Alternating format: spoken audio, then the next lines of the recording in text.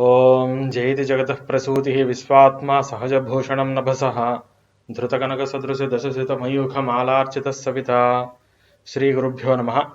Salutations to all.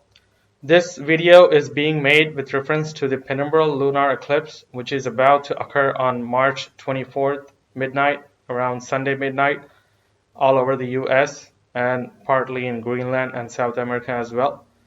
But as per the Hindu Dharma Sastras, for a penumbral lunar eclipse, we do not have to follow any sort of religious rituals or obligations, and no Santi or remedy is needed to be done for any star or Rasi. And why is that? I'm going to be explaining in the following video. So if we consider the lunar eclipse, there are three types of lunar eclipses. One is a total lunar eclipse, the second one is a partial lunar eclipse, and the third one is a penumbral lunar eclipse. For the first one, the total lunar eclipse, we can see here that the moon enters the Earth's shadow, the umbra region, and it is completely invisible. So the moon completely enters the Earth's shadow, and it becomes completely invisible, so the moon's disk becomes completely obstructed by the Earth's shadow. And for this total lunar eclipse, as per the Hindu Dharma Sastras, we do have to follow the religious rituals and obligations. The second one is a partial lunar eclipse. So during the partial lunar eclipse, the moon only partially enters the Earth's shadow in the umbra region, and the other part remains in the penumbra region. So whatever part of the moon enters the umbra region, it becomes invisible. So the moon's disk becomes partially invisible. So we can see it as a partially cut disk. And for this sort of partial lunar eclipse, as per the Hindu Dharma Sastras, we do have to follow religious rituals and obligations. Coming to the third type of lunar eclipse, it's a penumbral lunar eclipse. So in the penumbral lunar eclipse, we can see that the moon enters only the outer shadow region or the penumbra shadow of the Earth. So since the moon enters the outer shadow or penumbra, the moon's disk is completely visible, which means the moon's disk is not at all cut partially or fully, but it appears to be a little dull in nature, so the brightness of the moon is just reduced a little bit.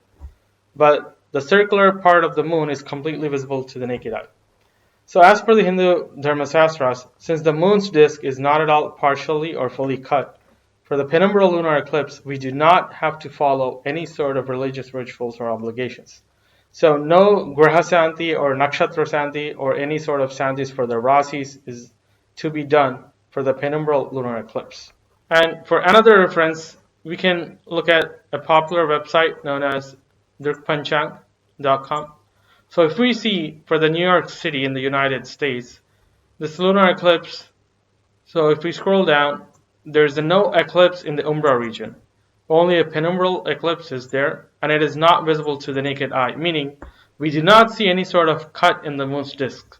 Since it is not at all being cut, we do not have to follow any sutta, means no sort of religious rituals need to be observed for this lunar eclipse. For example, if we take a look at Los Angeles,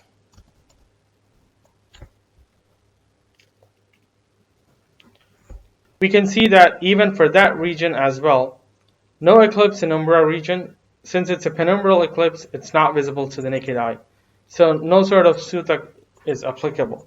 Means, since this is a penumbral lunar eclipse, we do not have to follow any sort of religious rituals or obligations. So once again, just for public information, what I'm saying is, for the March 24th penumbral lunar eclipse, this image source is taken from timeanddate.com. So you can see that the penumbral eclipse is occurring on the region of Northern and Southern America. But since the moon's disk is not at all cut in any sort of way, as per the Hindu Dharma Sastras, we do not have to follow any religious rituals or obligations, and no Santi or remedy is needed for any star or Rasi. Thank you. Namaste.